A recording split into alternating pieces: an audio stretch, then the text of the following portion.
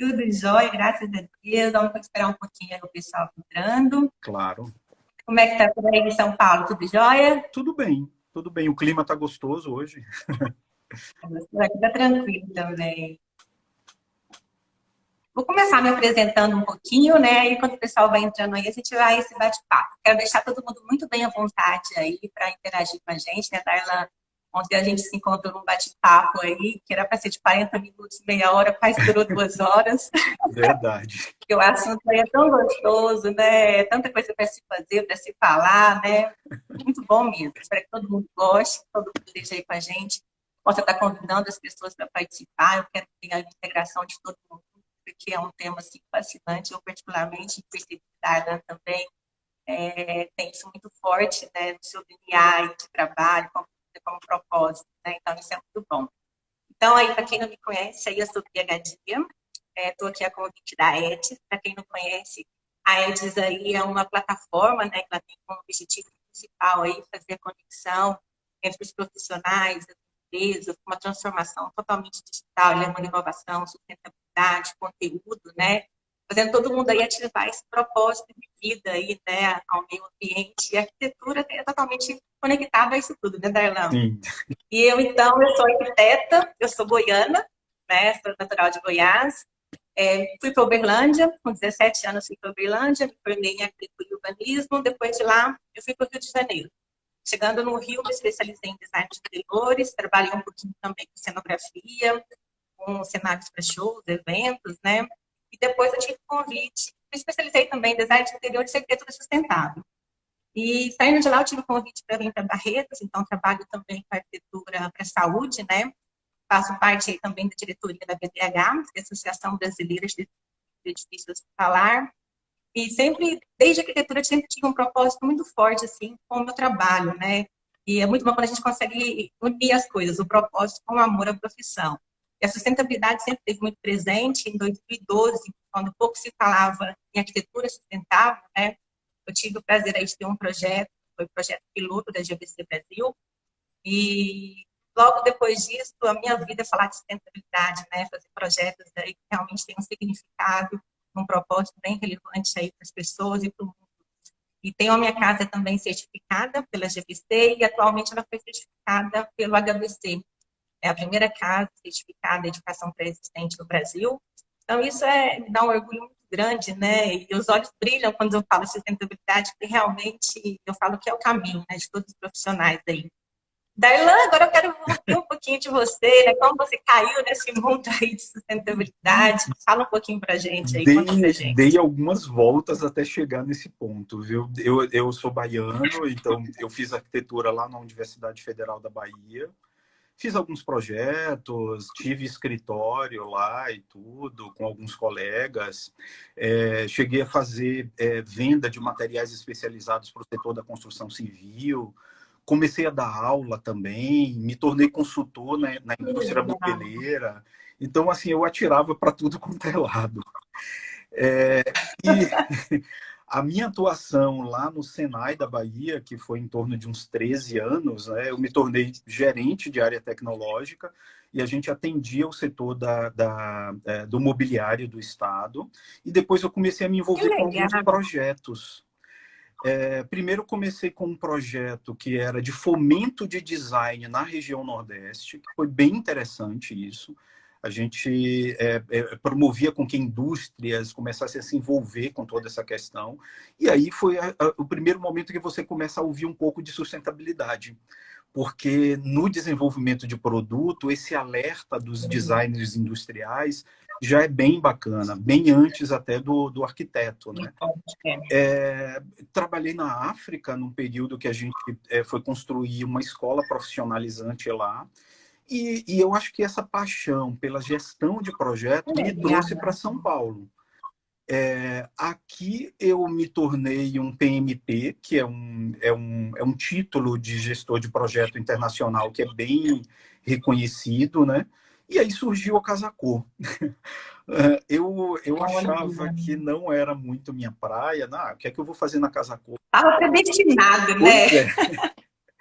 E Que foi legal. muito bacana. Então, eu agradeço muito a Cristina Ferraz, que eu considero assim, a gente considera a primeira dama da Casa Cor, mas foi a pessoa que me selecionou para trabalhar na Casa Cor. E a Lívia Pedreira, que é nossa atual superintendente, que eu acho que me deu uma chancela para que a gente pudesse implantar melhorias em uma obra que já era boa. Mas que a gente precisava melhorar, trazendo a questão da sustentabilidade há 5 anos atrás. E eu acho que daí eu comecei a me envolver mais seriamente com o assunto. E é apaixonante, né, Darlan? Nossa, você aprende Assim, muito. que a gente vê aí essa questão da sustentabilidade é uma coisa muito forte, muito enraizada e muito preocupante, né? A gente está aí com o planeta pedindo Sim, socorro, sim, a gente está aí, a população multiplicou 7 vezes mais, e os nossos recursos naturais são os mesmos, né? verdade. Então, eu vejo assim, e se os profissionais, se a gente não se conectar, um se conectar ao outro e puxando ao outro para junto a gente fazer a diferença, o processo vai ser muito mais demorado, né? Vai ser um sofrimento para todos os lados. A gente vê aí o quanto é importante essa contribuição em todos os projetos Sim, sim, e em todos os segmentos, né? verdade. Falando assim, quando a gente estava com o tema assim, de arquitetura e construção, o que para você, quando você fala em arquitetura e construção sustentável, o que é isso para você? Olha, eu acho que quando a gente faz arquitetura, né, lá no conhecendo as técnicas de arquitetura, eu acho que muita coisa já é trabalhada lá. Não é dito que isso tem link com sustentabilidade, mas a gente hoje sabe que sim. Então, eu acho que tudo começa no projeto. O arquiteto é quem vai conhecer as expectativas do cliente, é quem vai poder apresentar materiais que sejam adequados para aquelas expectativas, é quem vai poder fazer os links para trazer um tamanho adequado de espaços. É, é ele quem vai envolver o cliente para mostrar que existem diversas técnicas construtivas que são eficientes e bacanas para usar no projeto dele. Então, muitas vezes o consumidor ele não tem acesso a todas essas informações. Então, para mim, a primeira coisa começa no projeto, com o link do cliente. A segunda, eu acho que é o que o arquiteto traz com ele. Então, é o aprendizado que eu acho que a gente traz da faculdade, da necessidade de uma boa acústica, de uma ventilação cruzada, de aproveitar a iluminação natural. São todas questões ligadas ao bem-estar e que a gente tem que trazer e permear isso no projeto. A terceira que eu acho, Bia, tem a ver com a própria construção. Então, o arquiteto também, ele é um indutor disso. Ele pode se associar a uma empresa que vai executar aquele projeto e que também traga eficiência nesses requisitos, né? Então, poxa, você tem que pensar em menos tempo, você tem que pensar em uma mão de obra qualificada, eficiente, reduzir os resíduos dessa obra quando para nós a gente pensa que a construção civil é responsável por 50% dos resíduos de uma cidade, isso é estarrecedor. Então, assim, Surreal. né, de 40% a 60% do lixo urbano vem da construção civil. Então, eu acho que nós somos também, de novo, pessoas que vamos estar ali para poder promover essa mudança. Responsáveis por isso, né? Exatamente. E aí, por último, eu acho que vem uma coisa que está ligada a nós, mas que nós vamos ter que passar o bastão para o cliente, que é o pós-uso. É a casa já sendo utilizada, que ela vai consumir água, que vai consumir energia, e que o arquiteto tem que fazer, quando ele passa esse bastão para o cliente, fazer com que aquele espaço tenha bem-estar e seja longevo. Então, a gente tem que cuidar dessa parte digamos assim, da saúde da construção. Porque você entregou para ele. Então, é uma criança que agora está na mão dele, que ele vai ter que fazer a parte dele, entendeu? Então, eu acho que a gente pode fazer esse link bacana e a gente teve um exemplo muito bom até na Casa Cor 2019, que foi a casa feita pelo Duda Porto, que era uma casa saudável. Então, a gente linka Excelente. linka tudo isso que eu Sim. coloquei no resultado final. E por que eu estou falando da Casa do Duda? Porque depois dela também ser certificada como Casa Saudável, ela foi comprada pelo ator Bruno Galhaço e levou para ser Sim. implantada em outro local. Então, todo esse Sim. conceito de saudabilidade É um estava projeto indo junto. inteligente, né? É um projeto inteligente. Pois É é. um projeto inteligente que vira um produto. Exatamente. É isso Então, aí. eu acho que a arquitetura sustentável está baseada nisso que eu tentei resumir para vocês aí, no que eu acredito. Acho que Nossa, você que engloba pode... tanta coisa, né?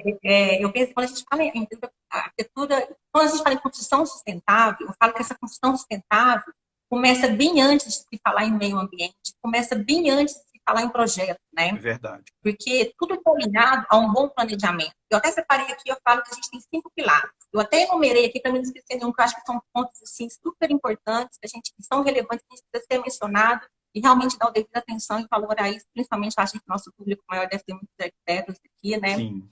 Então, é muito resumido em cima do que você falou, Darlan. Eu penso assim, a eficiência do programa de necessidades. O que é essa eficiência quando eu falo em programa de necessidades?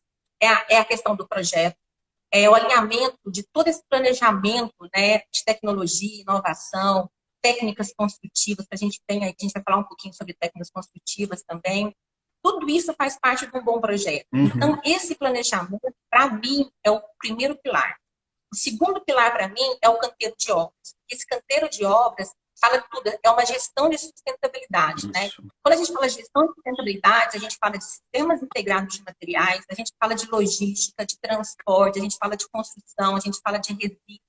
Isso tudo precisa ter uma gestão muito bem administrada, senão isso não é Perfeito. sustentabilidade, né? O terceiro pilar, para mim, eu falo de responsabilidade social. Quando eu falo de responsabilidade social, é muito triste ainda quando a gente pensa num cenário de construção civil. Quantas vezes a gente vai numa obra, a gente ainda depara com a mão de obra de botina e boné. Isso é surreal, isso não é sustentabilidade, isso não é responsabilidade social. Quando não estão Então, descalços, isso né? então, então não dá para a gente falar em sustentabilidade sem pensar nisso tudo. Sim. O quarto pilar para mim é essa boa arquitetura que prevê saúde, bem-estar, conforto.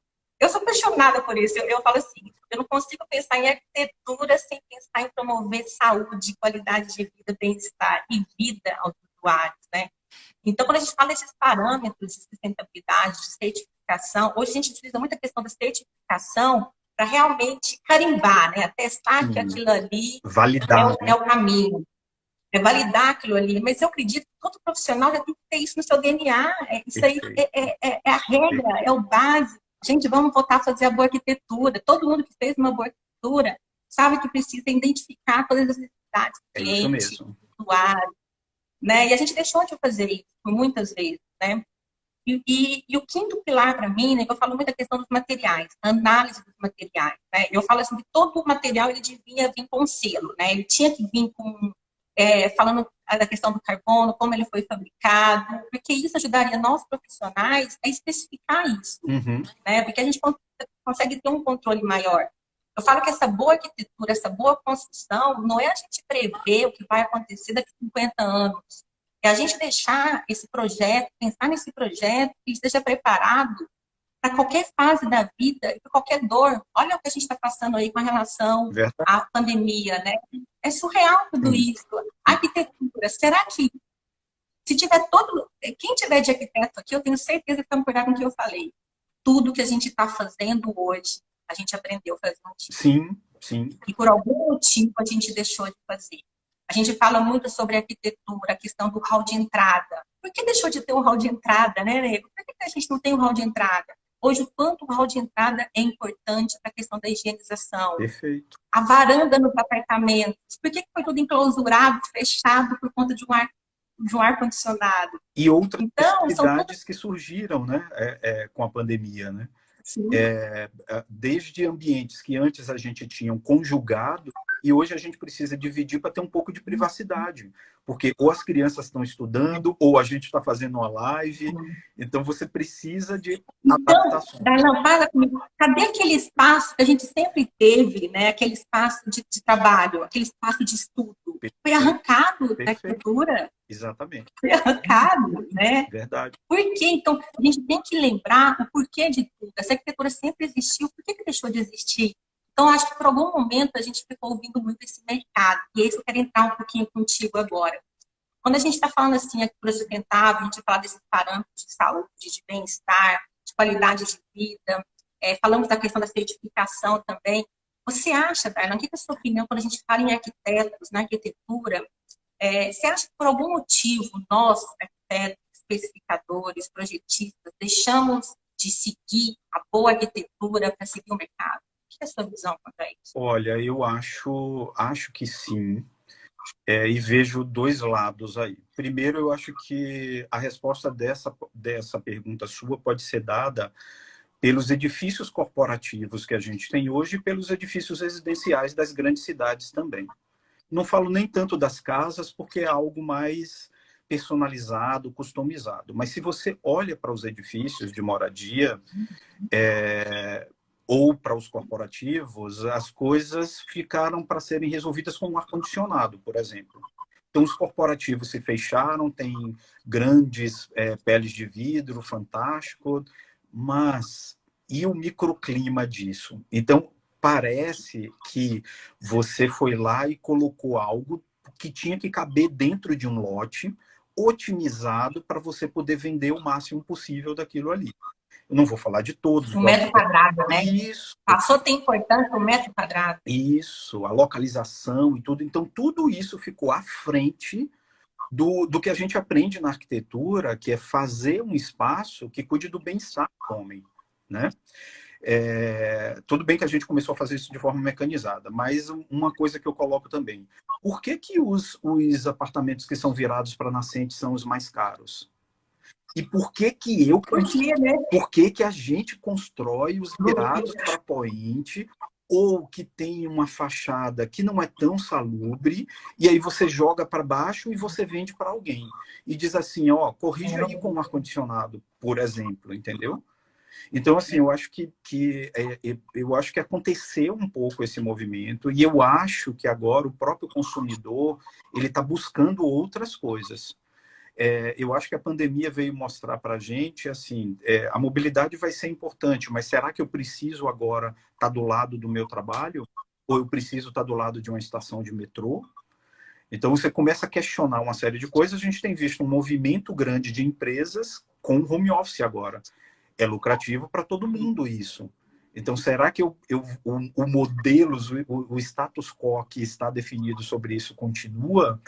Eu acho que esse pensar é o que a gente vai ter daqui para frente e eu espero pensado sempre no bem-estar de quem está usando o prédio, né? Eu vejo, sim, Darla, que esse novo normal nunca mais será o mesmo, né? A gente nunca mais vai ter... Eu vejo assim como usuário. Sempre quando eu projeto, me vejo como usuário. E eu vejo a preocupação de todos hoje, quando procuram um arquiteto, eles já querem esse projeto todo pensado, enraizado nessa sustentabilidade, né? Não dá para se pensar em fazer uma arquitetura sem pensar na psicologia do ambiente, sem fazer uma entrevista com o cliente, sem fazer... Eu penso assim, até a gente conversou muito sobre isso ontem, que eu acho que é um ponto muito importante que a gente aprende na arquitetura e deixamos de fazer, a pesquisa de campo. Verdade. Quem hoje faz a pesquisa de campo antes de implantar uma clínica, um hospital, uma escola num bairro, numa cidade? Quais os impactos dessa construção nesse local para essas pessoas, para essa população local, né? Então, a gente não é pegar um Ctrl-C, Ctrl-V, uma edificação e implantar em determinado lugar. A gente tem que entender as necessidades, as dores dessas pessoas locais, né? Por que não inserir essas pessoas no contexto, na cocriação desse projeto, Exatamente. né? Então, eu penso assim, o projeto não é mais feito para um cliente, ele é feito para uma família, para os amigos, para a sociedade, para o mundo. A gente tem que ter um propósito muito grande em cada traço, né? Entender a psicologia do ambiente, onde entram os parâmetros, né? A questão da iluminação, da ventilação, a questão do projeto hidráulico, dos materiais, elétricos, tanta coisa. A manutenção dessa construção, desses materiais especificados é muito importante, as pessoas não dão dando a importância, a devida importância para isso, né? Tanta coisa para se fazer, por se fazer, mas se a gente não começar a fazer, a gente não vai em lugar nenhum. Esse exemplo que eu dei do ar-condicionado é exatamente porque agora, com a pandemia, O ar-condicionado ele não promove a troca de ar. Então, como você vai conviver Sim, com ambientes corporativos, com tudo? fechado. Como viver dessa forma agora? Então, assim, eu acho que traz oportunidades também, né, Bia, para a gente, para que essas coisas sejam revistas e que nós, profissionais, possamos agir de uma forma diferente Temos a também agora. responsabilidade com isso, né, Nico? Eu acho que a gente tem uma responsabilidade muito Muito grande, uma grande. missão muito grande. Eu E, acho que quando o cliente nos contrata, ele confia em sim, gente. sim, Isso é um dever nosso. Eu falo assim que é o básico, é o mínimo que a gente tem que fazer, nortear esse cliente para o melhor caminho, claro, né? claro. E Darlan, quando a gente fala assim, arquitetura, a gente fala muito, todos nós arquitetos somos engenheiros, né? E quando a gente fala em urbanismo, a gente fala da questão da sociedade como um todo, a gente fala da adaptação social, que tá, é um descaso. Muito, a gente está falando da pandemia.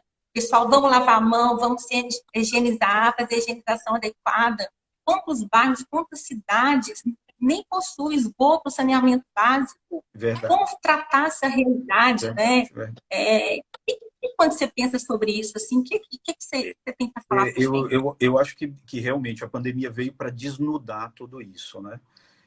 Desde que eu era estudante de arquitetura, a gente já tinha um déficit habitacional gigantesco. Eu lembro que na época eram 12 milhões de unidades. Hoje, se você vai olhar dados de hoje, você tem ainda quase 8 milhões de unidades.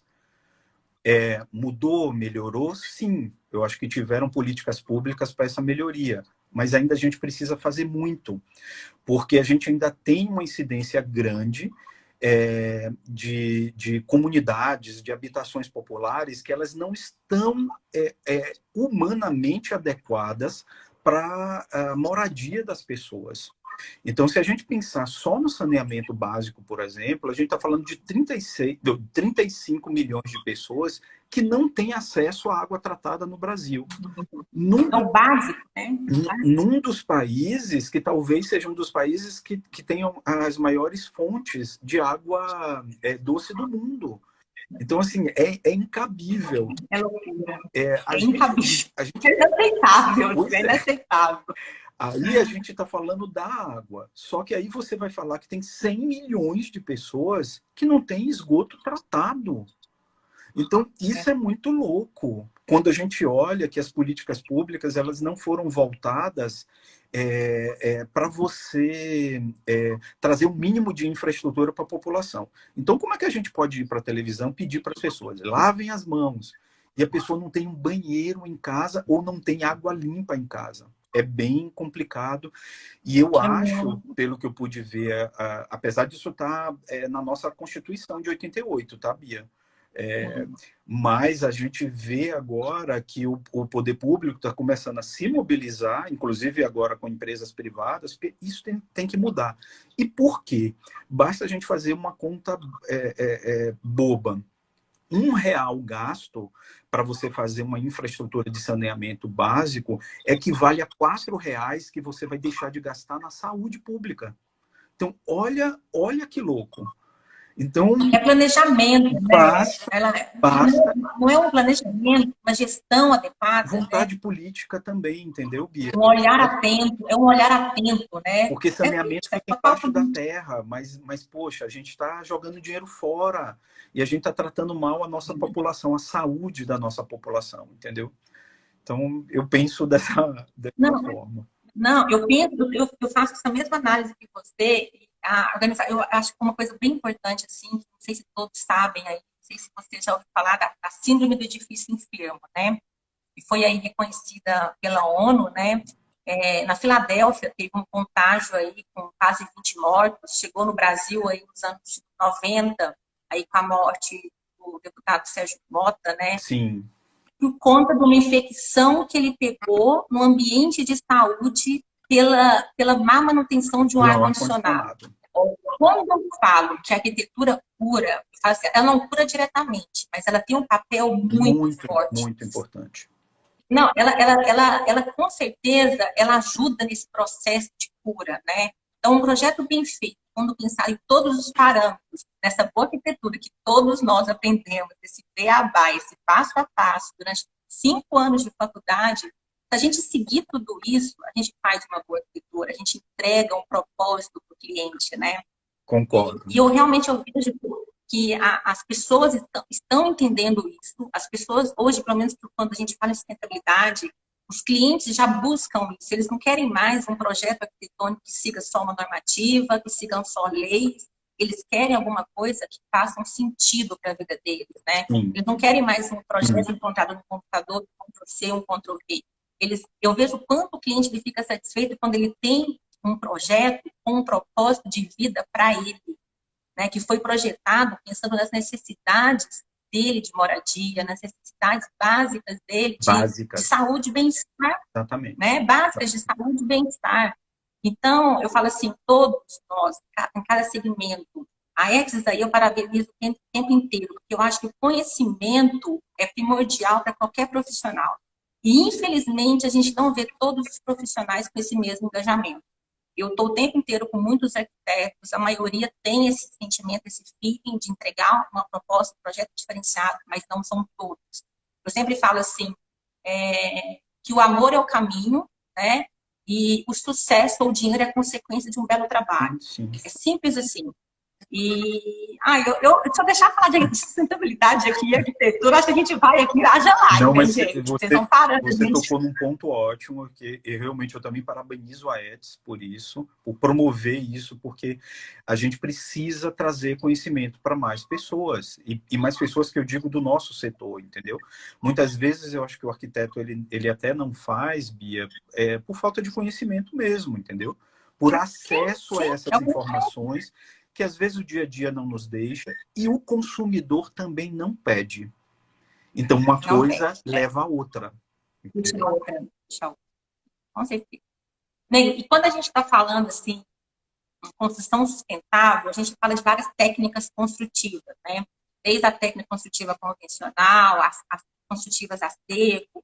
Hoje, quando você pensa em construção sustentável, uma técnica construtiva, o que você está vendo esse movimento todo aí, nesses horizontes, com essas pessoas que você convive, no meio que você anda? Vou usar bem a experiência de Casa Cor desses 5 anos, tá?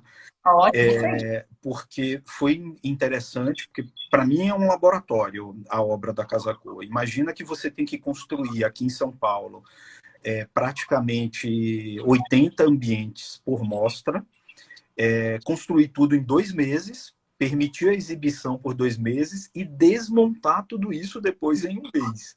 Então, a gente precisou dessa evolução, porque quando eu cheguei, existiam casas inteiras construídas de alvenaria e eram demolidas 2 meses depois. Tudo isso virava lixo na época. E aí a gente pensa o seguinte, a gente precisava melhorar esse processo, óbvio, e aí a gente trouxe o desafio para os arquitetos trazerem novos sistemas construtivos mais eficientes. Então, a gente teve desde sistemas construtivos tradicionais, por exemplo, como o Super Adobe, que é um exemplo bacana da bioconstrução, que foi trazido pelo Gustavo Neves no ano passado. Eu achei muito legal, porque dentro de uma amostra como Casa Cor, você ter um tipo de canteiro de experiências, Nossa Senhora! Então eu achei fantástico, e o Gustavo ele conseguiu juntar aquilo com um tipo de construção de steel frame em alguns momentos, a estrutura metálica reforçando em outros. Então assim, foi um mix de coisas em uma mesma casa.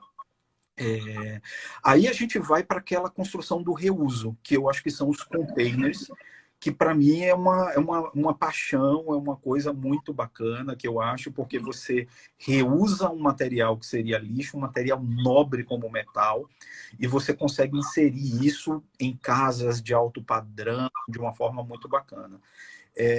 O container foi usado pela primeira vez numa mostra Casa Cor em 2012.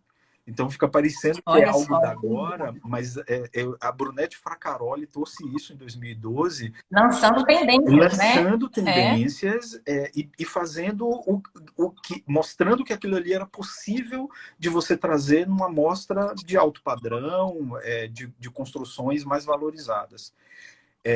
Esse ano nós tivemos um projeto incrível feito pela Marília Pellegrini também, que foi muito premiado internacionalmente, e é um exemplo fabuloso também, entendeu?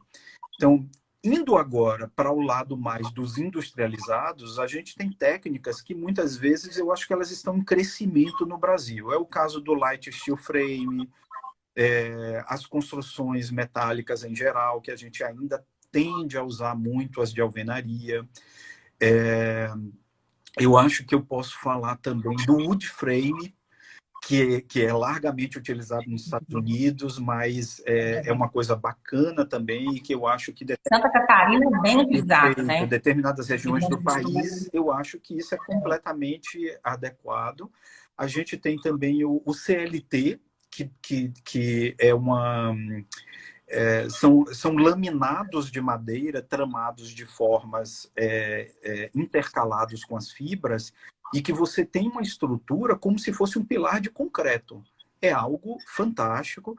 Não sei se, para quem viu a Casa Cor São Paulo, deve ter visto a loja que foi feita pelo Marton, e a gente usou a mesma loja em 2018 e 2019. Ela simplesmente foi desmontada e montada novamente. E ela era com um sistema como esse. Foi também um exemplo muito bacana.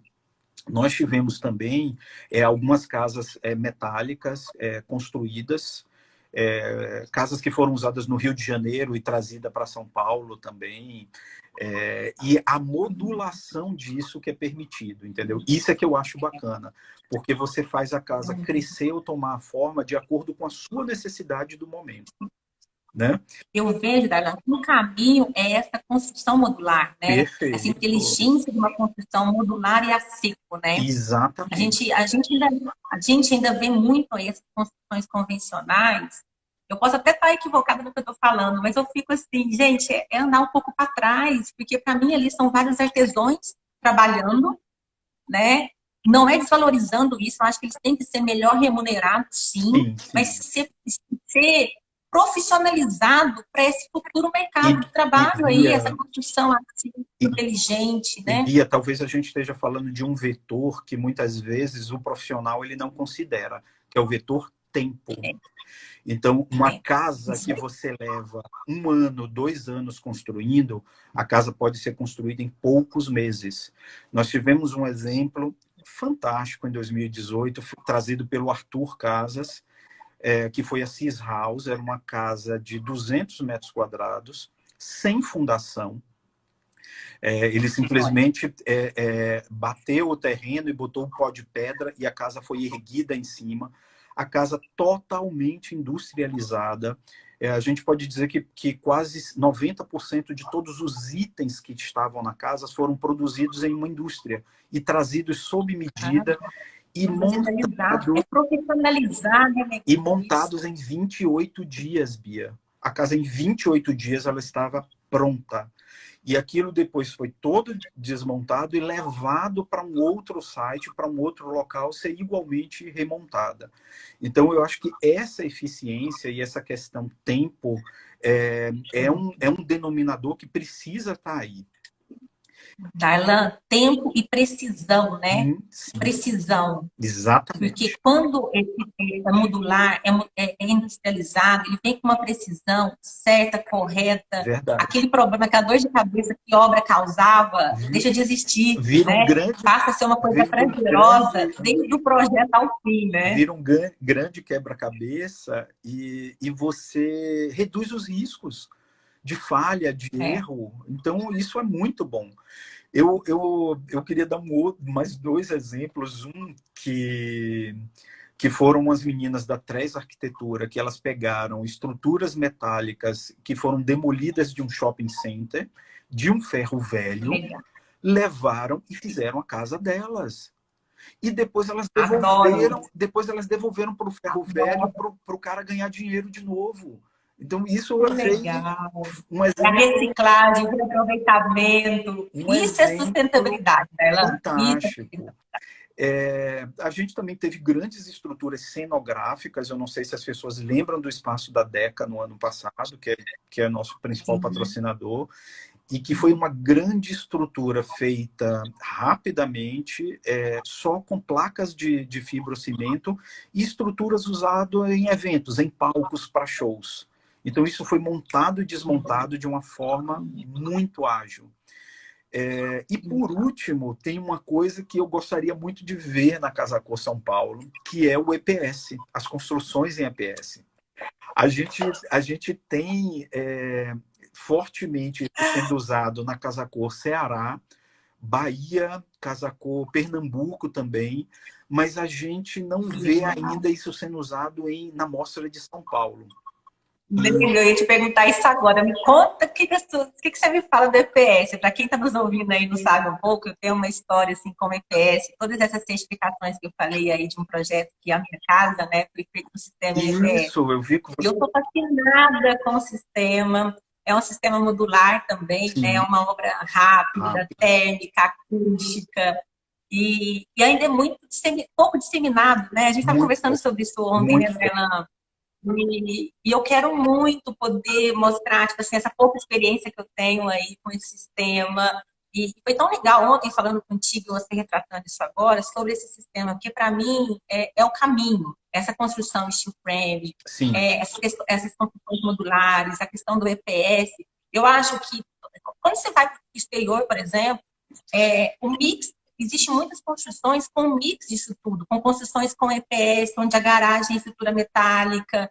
Isso é inteligência, é entender o que o cliente quer. Porque se o cliente chega para você, eu estou com um projeto agora, desenvolvendo um projeto, e o cliente ele me quer acústica, né? E a questão, ele não quer usar ar-condicionado e quer uma questão térmica. O que eu vou propor para ele? O EPS. Eu não tenho outra solução construtiva para ele, a não ser o sistema construtivo em EPS, em questão de ter o que ele realmente deseja.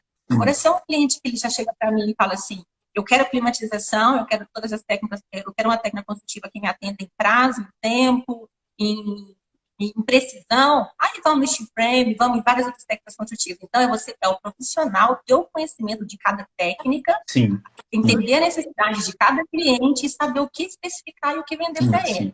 Isso é sustentabilidade. Eu acho super bacana esse exemplo que eu trouxe das meninas reaproveitarem isso. Eu tenho feito muitos projetos voltados para a sustentabilidade. O que eu faço? O canteiro de obra são tijolos reaproveitados, assentados a barro para ficar um canteiro de obra, assim, a casa da gente fazer a reunião ali, a mão de obra fazer as refeições, tudo, né? Ser térmico. A iluminação, eu pego uma garrafa PET, coloco água sanitária, sol bate, ilumina tudo. Tem coisa mais gostosa que isso? Você entrar num canteiro de obra que a pessoa senta ali, mas tá fresco, está quente lá, será que tá fresco? E aí, então, que foi assentado a barro. Gente, quando me disseram que chega a ser de 7 graus a diferença térmica... 7 graus a diferença térmica. Gente, isso em locais mais quentes, mais bem ventilados, isso é o melhor dos mundos dentro de uma casa, imagina. Incrível. Incrível. Eu espero que seja utilizado.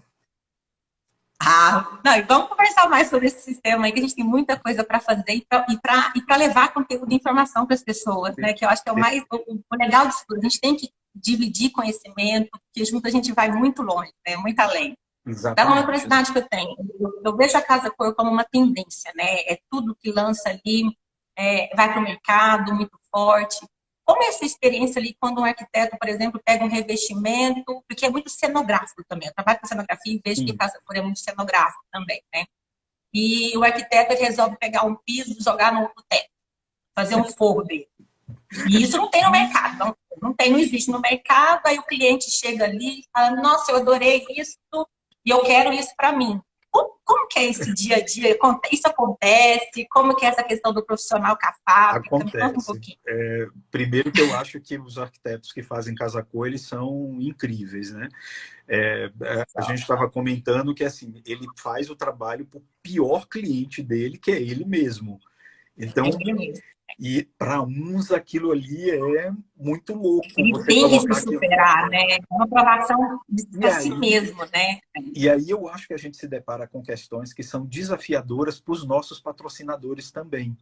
Porque às vezes você chega, como você falou, com um revestimento onde foi trazido para ser colocado no chão, no piso.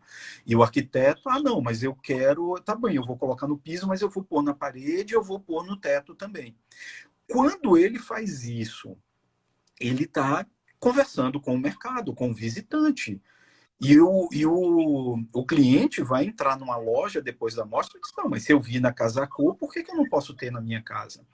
Então, eu acho que essa experimentação traz uma gama de oportunidades também. Produtos, né? Cria produtos, né? Exatamente, exatamente. Então, eu acho que Que legal. aproveitar essa criatividade e aquele grande laboratório Casa Cor, eu acho que ele é Um muito laboratório. frutífero para esse tipo de coisa. É muito bacana. É bom, legal. E isso deve acontecer Contribuir. muito com o mobiliário também, né? Acredito que muito mobiliário deve vir de lançamento Olha, pós essa cor. mobiliário, metais sanitários. Então, você verifica que, por exemplo, o Ricardo Belo Dias, no ano passado, fez uma linha de produtos para a Deca, que fez tanto sucesso na internet aquilo, que a Deca resolveu colocar em linha de produção. Então, é um termômetro bem bacana. Cores, experimentação de cores. Então, às vezes, a gente tem um patrocínio da Coral, que traz as tintas à base d'água, e aí cores são utilizadas onde as pessoas não estavam muito acostumadas a ver uma cor como aquela no ambiente, Também. e que depois da mostra todo mundo É um está laboratório, amando. né? É Então, um laboratório. isso é incrível, incrível mesmo. Darlan, tipo assim, todo mundo conhece a Casa Cor, eu sou fascinada, eu sou todo ano, bato carteirinha ali, adoro. E a Casa Cor Sustentável, eu entendo que é um projeto que está junto a um projeto paralelo, eu queria entender, que é uma coisa nova também, né? Essa Casa Cor Sustentável não tem muito tempo, tem? Me conta um pouquinho Não como que tem. surgiu essa casa, como surgiu essa Casa Cor Sustentável dentro da Casa Cor, qual é essa relação entre uma e outra? Vocês possuem, assim, algum... Qual é o propósito dessa Casa Cor sustentável com a Casa Cor, assim? Conta um pouquinho disso. Na realidade, a gente criou esse perfil para poder dar luz a esse assunto.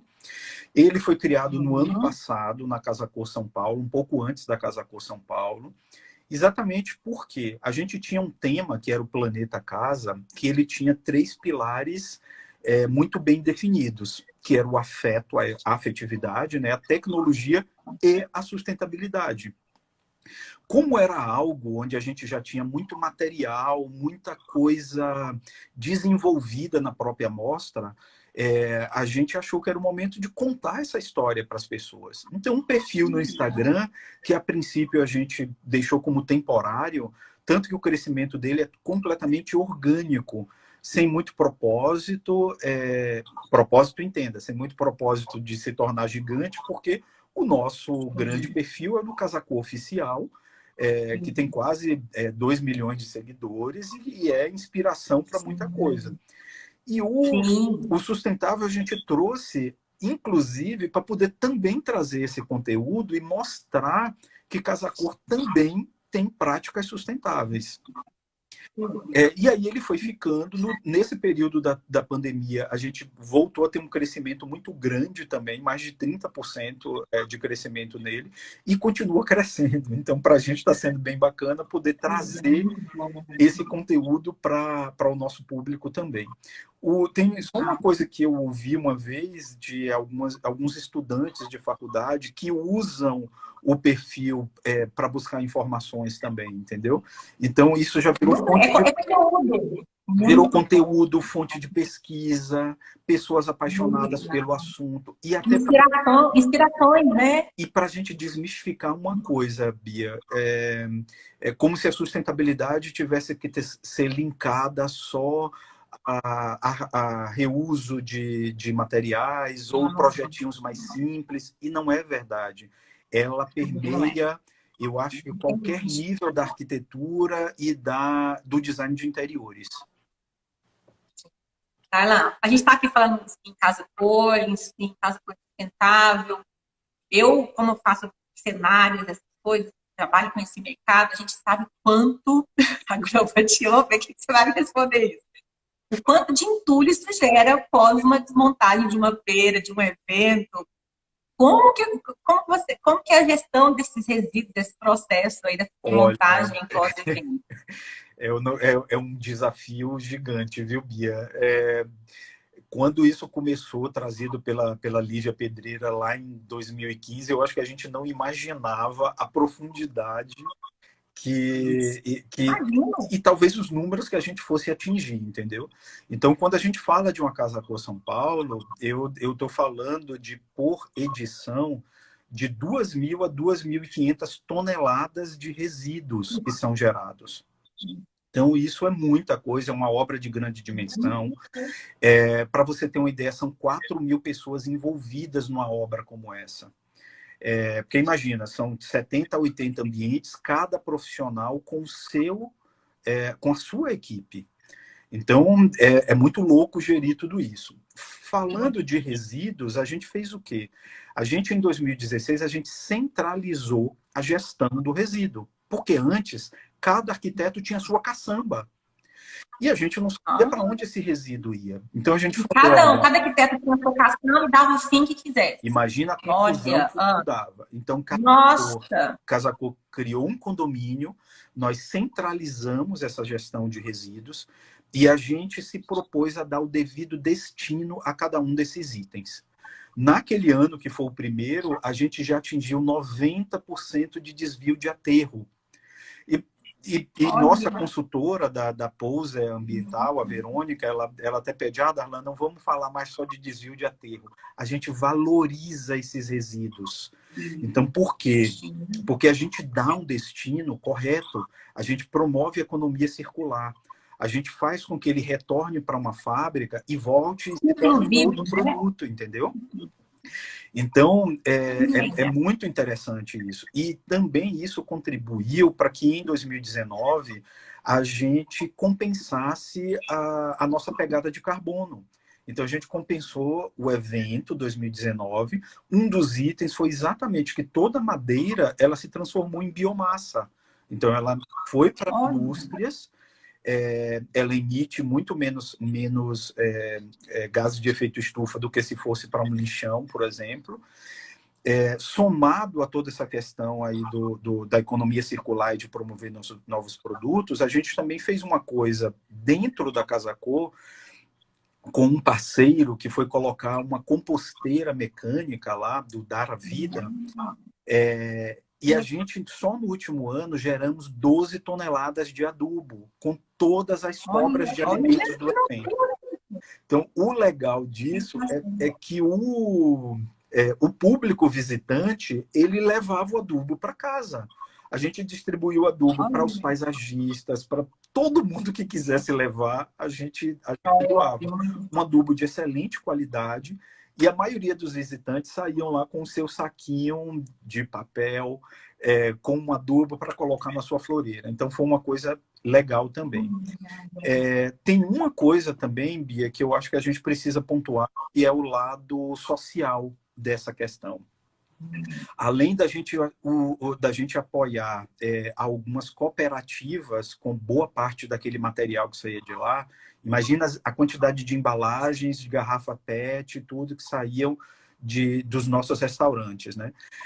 No final da obra, a gente tem uma quantidade de materiais que, às vezes, até por desconhecimento, vão parar nas caçambas. Ou o próprio arquiteto nos doa, ou o patrocinador também. Então, ao longo desses anos, nós já doamos 146 toneladas de produtos nobres, principalmente para pessoas que precisam, ONGs cadastradas conosco. Então, a gente entende que isso é muito legal e muito importante.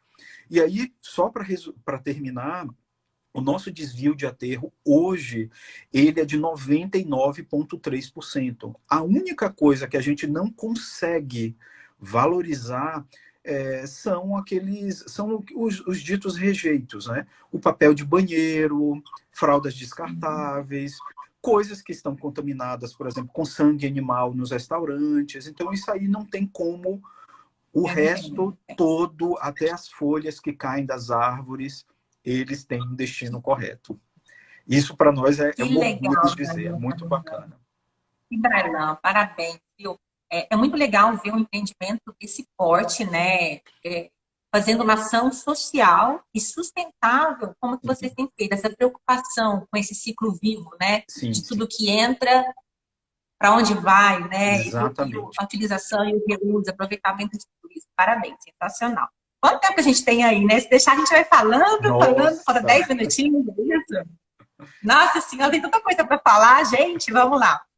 Nego, vamos tentar falar um pouquinho, um jogo rápido aqui, que eu acho que que você pensa, o que vai ser o futuro da sustentabilidade? Quando a gente pensa em futuro de sustentabilidade, eu falo futuro sustentável para a construção, para a arquitetura residencial. Eu vou fazer de uma vez, depois você vê como que você responde isso. Eu queria entender o que é seu pensamento quanto a isso. Como você pensa ser o futuro da arquitetura sustentável residencial, corporativa, de saúde para a cidade? Fala comigo disso aí. Nossa, Bia, muita coisa. Vamos que eu quero te ouvir, Nego. A gente está vivendo um mundo de incertezas, né? Então, mas eu acho assim, eu acho que a pandemia ela veio mais uma vez para puxar o tapete e dar uma chacoalhada na gente, né? Eu acho que nos últimos anos todo mundo tem sido impactado pelas questões do aquecimento global. Então, não é novidade para nenhum de nós. E a gente sempre ficava naquela de dizer, isso é uma coisa que é de política pública, que os governos vão ter que fazer alguma coisa. Mas eu acho que a pandemia veio para mostrar, nivelar todo mundo por igual. Seja preto, branco, amarelo, pobre, rico. Então, fez com que mostrasse para nós que, olha, se vocês não tiverem uma junção de ações, a gente não vai conseguir juntos fazer com que isso aconteça. Não adianta a Suécia fazer o seu papel e a China continuar poluindo, ou a Índia, ou o Brasil, ou os Estados Unidos, entendeu? Então, não adianta. Todos vão ter que... Nós somos um só, né? Perfeito. E aí eu vejo, e eu estou achando bacana até esse movimento dos fundos internacionais pressionarem financeiramente o Brasil para você cuidar melhor da Amazônia, do que está acontecendo lá, entendeu? Porque você mexe no globo inteiro com isso. Então a gente tem que ter essa responsabilidade. E aí, engraçado que a gente fez uma postagem há algum tempo atrás, onde a gente precisa observar da mesma forma e de uma maneira afetiva para as nossas 3 casas, né? O planeta, né? O nosso lar, que eu acho que a gente tem olhado muito, e o nosso corpo. Muito para ele. E quando eu falo do nosso corpo, eu não estou falando só da academia, só de você fazer alguma atividade física, mas principalmente... O ser, né? O ser. Exatamente. Então, eu acho assim, a gente precisa ter uma forma equilibrada, equilibrada e não individualizada de cuidar dessas nossas 3 casas. Eu acho que isso aí vai fazer com que, seja lá em que setor for, corporativo ou dentro da sua residência, com sua família, ou com alguém que está morando em outro país, eu acho que a gente pode ter frutos muito bacanas a serem colhidos. Eu penso assim, Nilo, eu acho que é mais essência e menos tendência, né? Perfeito. Total. Perfeito. Todo mundo, eu vejo assim, que todo mundo está olhando para dentro, entendendo as suas verdades, as suas dores, a sua essência, e com um propósito muito forte. Eu vejo que as pessoas não vão se unir a qualquer profissional, de qualquer segmento, de qualquer área, verdade. se não tiver essa mesma bagagem, esse mesmo propósito de vida, né? Verdade. Quando eu falo assim, falando um pouco do que eu penso, assim, a gente fala em construção sustentável, esse mundo que tem caminhado aí.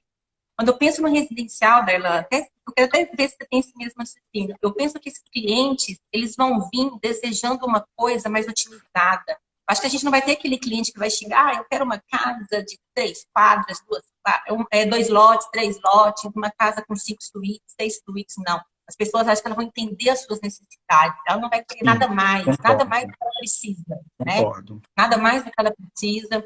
Eu acho que a gente tem que pensar em modelos de projeto. Para que o excesso, né? O que eu tô falando, aquela essência. O que eu preciso? Qual é a minha verdade, né? O que vai resolver o meu problema? Para que eu quero mais? Eu não preciso disso, né? Exatamente. E nós, profissionais, a gente tem que ter esse diagnóstico do nosso cliente, a gente tem que tirar isso dele. O que você precisa, né? A gente tem essa função muito forte. E quando eu penso assim na questão da acessibilidade, do desenho universal, desse direito de ir e vir, da questão da longevidade, desse idoso que o planeta, o mundo, o Brasil, então, em poucos anos aí vai ter uma população muito mais idosa, em crescente. A gente tem que pensar em como projetar para esse idoso, para ele poder ir e vir. A gente estava conversando muito ontem, a gente conversou isso ontem, né, do motorhome, né, nos Estados Unidos funciona muito. O problema, por que não a gente pensar numa construção nesse formato, nesse modelo, onde esse idoso vai poder ir e vir para onde ele quiser, Verdade. né? Isso.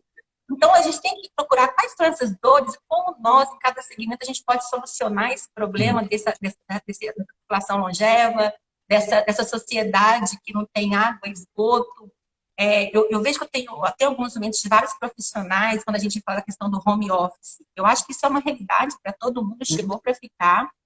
E eu fico muito feliz com isso, eu já imagino São Paulo, aquelas avenidas, aqueles prédios engraçados, sumindo do planeta, dando outra função para aquilo, vamos repaginar aquilo ali, virar lofts arejados, com iluminação, com As ventilação. Pessoas querem qualidade de vida, né? Então, qualidade de vida, com cowork, aquelas avenidas, sem aquele trânsito infernal, o trânsito apenas o necessário, o pessoal pensando mais em saúde, usando mais a bike, caminhando mais, mas por avenidas realmente que tenham qualidade de vida, né? Exato. Que promova essa humanização, esse afeto. Tipo assim, eu cuido de você, você cuida de mim, vamos junto que a gente vai ter um mundo melhor, né?